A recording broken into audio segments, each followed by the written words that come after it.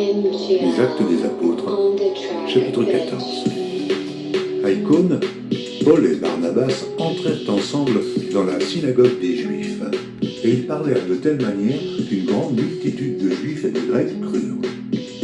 Mais ceux des Juifs qui ne crurent point excitèrent et aigrirent les esprits des païens contre les frères. Ils restèrent cependant assez longtemps à Icône, parlant avec assurance, appuyés sur le Seigneur, qui rendait témoignage à la parole de sa grâce et permettait qu'il se fît par leurs mains des prodiges et des miracles. La population de la ville se divisa. Les uns étaient pour les Juifs et les autres pour les apôtres. Et comme les païens et les Juifs, de concert avec leur chef, se mettaient en mouvement pour les outrager et les lapider, Paul et Barnabas, en ayant eu connaissance, se réfugièrent dans les villes de la Lycaonie, à Lystre et à Derbe et dans la contrée d'alentour. Ils y annoncèrent la bonne nouvelle. À Lystre se tenait assis un homme impotent des pieds, boiteux de naissance, et qui n'avait jamais marché.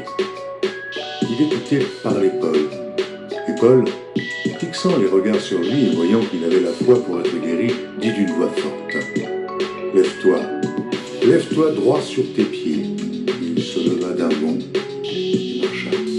À la vue de ce que Paul avait fait, la foule éleva la voix et dit en langue lycaonienne : « Les dieux, sous une forme humaine, sont descendus vers nous. » Ils appelaient Barnabas Jupiter et Paul Mercure, parce que c'était lui qui portait la parole.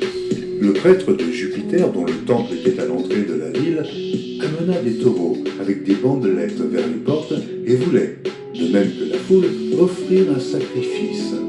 Les apôtres Barnabas et Paul, ayant appris cela, déchirèrent leurs vêtements et se précipitèrent au milieu de la foule en s'écriant : « Ô homme, mais pourquoi agissez-vous de la sorte ? Nous aussi, nous sommes des hommes de la même nature que vous. Et, vous apportant une bonne nouvelle, nous vous exhortons à renoncer à ces choses vaines pour vous tourner vers le Dieu vivant qui a fait le ciel, la terre, la mer et tout ce qui s'y trouve. Ce Dieu, dans les âges passés, a laissé toutes les nations suivre leur propre voie. Quoiqu'il n'ait cessé de rendre témoignage de ce qu'il est en faisant du bien, en vous dispensant du ciel les pluies et les saisons fertiles, en vous donnant la nourriture avec abondance et en remplissant vos cœurs de joie. À peine purent-ils, par ces paroles, empêcher la foule de leur offrir un sacrifice. Alors survinrent d'Antioche et d'Icône des Juifs qui gagnèrent la foule et qui, après avoir lapidé Paul, le traînèrent hors de la ville pensant qu'il était mort. Mais les disciples ayant entouré, il se leva et entra dans la ville. Le lendemain, il partit pour Derbe avec Barnabas. Quand ils eurent évangélisé cette ville et fait un certain nombre de disciples, ils retournèrent à Lystre, à Icône et à Antioche, fortifiant l'esprit des disciples, les exhortant à persévérer dans la foi et disant que c'est par beaucoup de tribulations qu'il nous faut entrer dans le royaume de Dieu. Ils firent nommer des anciens dans chaque église. Et, après avoir prié et jeûné, ils les recommandèrent au Seigneur, en qui il avait cru. Traversant ensuite la Pisidie, ils vinrent en Pamphylie, annoncèrent la parole à Perge et descendirent à Attalie.